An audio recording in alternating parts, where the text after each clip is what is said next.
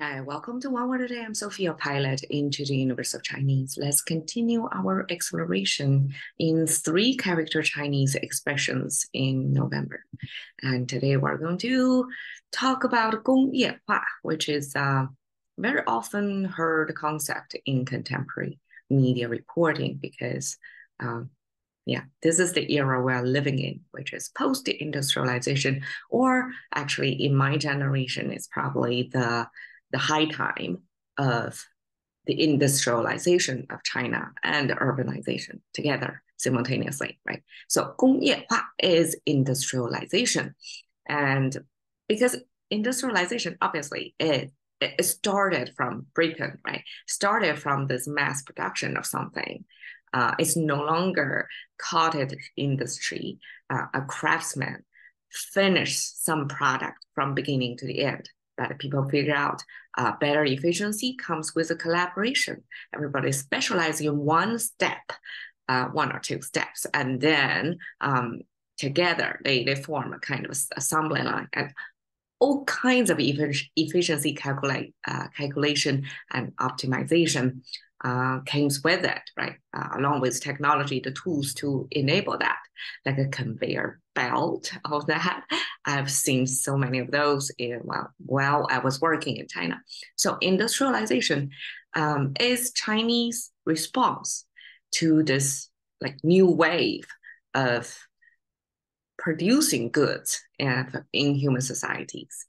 And they pick the Chinese as a culture, chose these three characters. 工业化. Well, the 化, we have came across this 化 in recent episodes a lot. I intentionally cluster them together because 化 in Chinese means transform, means change, means convert A to B. And 工业化 means convert supposedly agrarian society to industrialized society. So 工业 is this industrialized industry. Okay, 工业 is industry, and 工业化 means to turn previous society into industrialized society. Okay, 工 I translate it as crafts because this. Okay, if you imagine Chinese character, it is kind of a rectangular shape, boxy, full of horizontal lines, vertical lines, sometimes sideways strokes, right? And this one, this 工, it looks almost like an ideal representation of somewhat complicated because there's three strokes, it's not just one, not the simplest Chinese character, but it's simple enough as three strokes representation of something, right? And it does represent the essential tools ancient craftsmen use, which I would imagine in the ancient house building practice, you have to make sure that the walls of the house are perpendicular to the ground, right? So this perpendicular measure in ancient times was said to be this shape of the tool. And you can see it forms steadily four of the perpendicular corners of it, right? Exactly how that looks in three-dimensional, I don't know. But just by two-dimensional representation, we can already see this perpendicular endeavor over there. And you can easily see that how this thing can be placed on the ground. And then this vertical line would be the perfect perpendicular angle. And that's what craftsmen would aim for and use often. And eventually this kind of simple enough, but essential tool in house building got elevated among all the other tool sets, I imagine, to be the tool to represent craftsmen in general, like people who work with hands,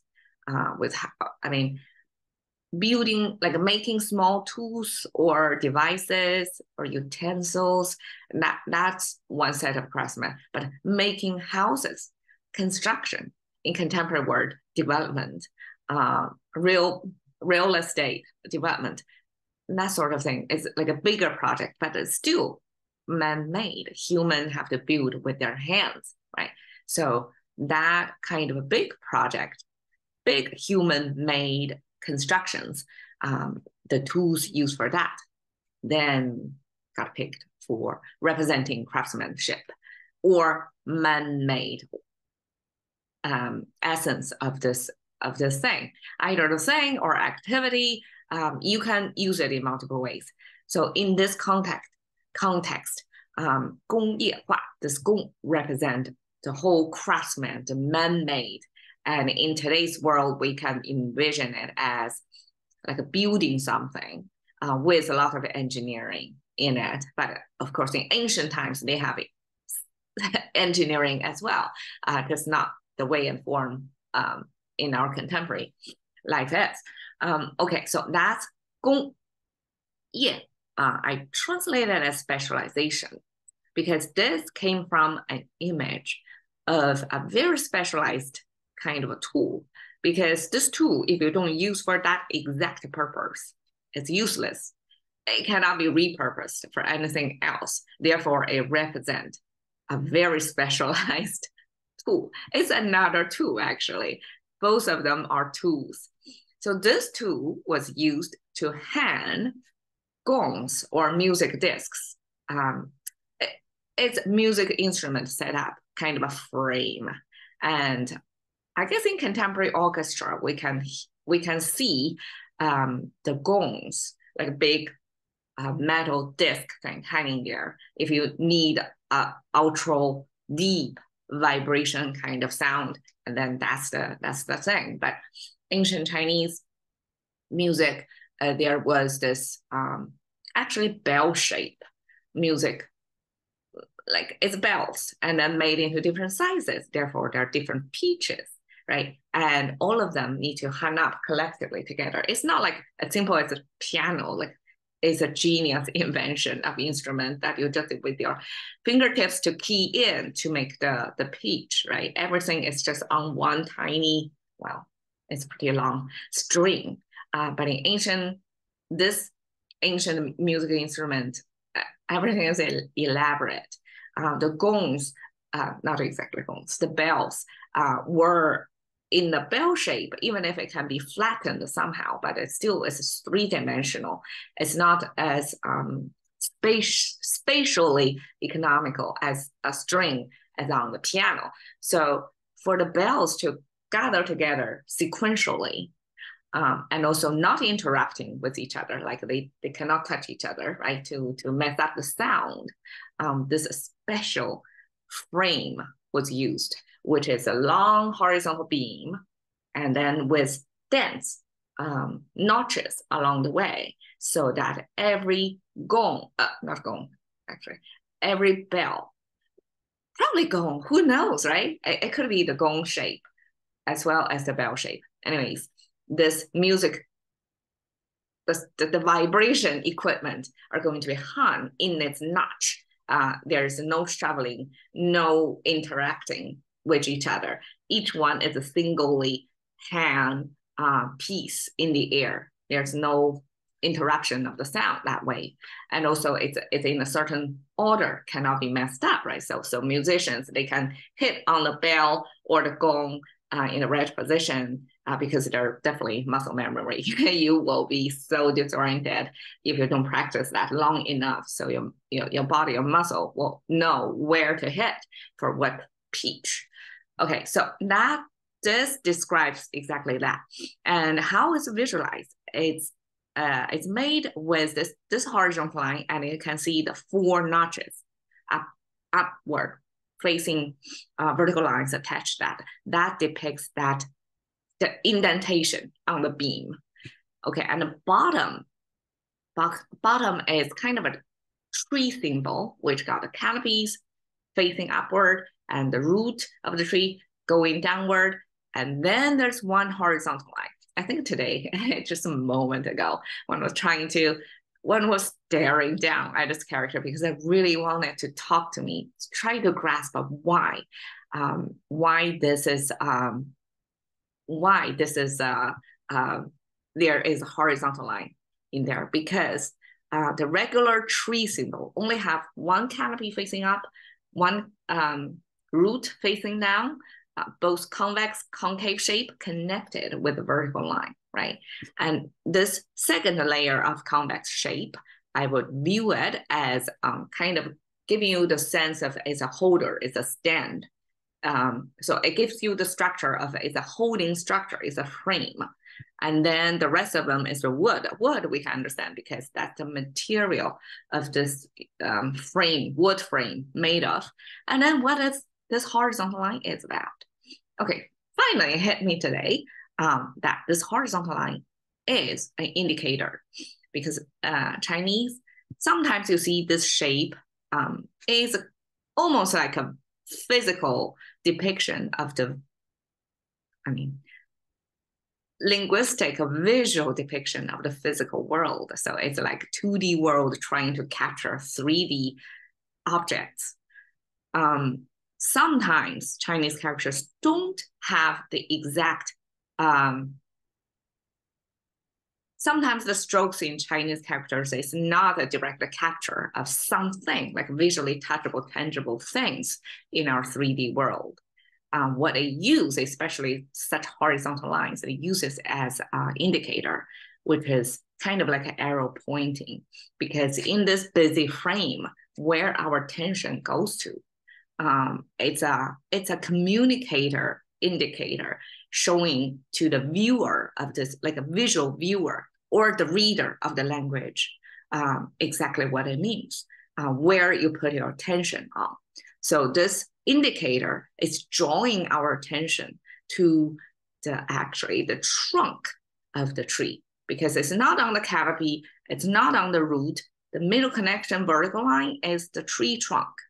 So when this indicator intersects with the tree trunk, it means it's the trunk we're talking about. And why trunk? Because that's the long wood frame beam is made of. It cannot be small branches. It came from this long, basically the log, the longest, strongest, thickest branch of the tree. Okay, so that gives you what material it is, exactly which part of the material on the tree it came from, and the shape, the end shape, the indentation part is a pretty visual representation. And 4, I want to know, if something repeated 4 times visually, it's a lot. Normally Chinese repeat only twice, at most 3 times. Like we have 3-finger hand symbol representation all the time. Didn't bother to draw 5 fingers. So if you see 4, that means a lot already. Okay, so gong and ye both came from ancient tools. And this means specialization because it cannot be repurposed for anything else. And then that represent a trade, a special trade or special industry. So in this context, actually, 业工业业 is then repurposed in linguistically to mean industry. Before it's a specialization, it's like a crafts or your livelihood, like what you make of, like how do you make a living out of what? And this is that specialization for individual purpose. And then later on, it repurposed to mean industry. That means the whole sector of the business activity or practice that support or serves a role in relative to the other side of the society. So that becomes an industry. But it came from the specialized tool. That means specialization. That means trade. And eventually it means industry. Okay, so craft and in specialization, 工业 means industrialization.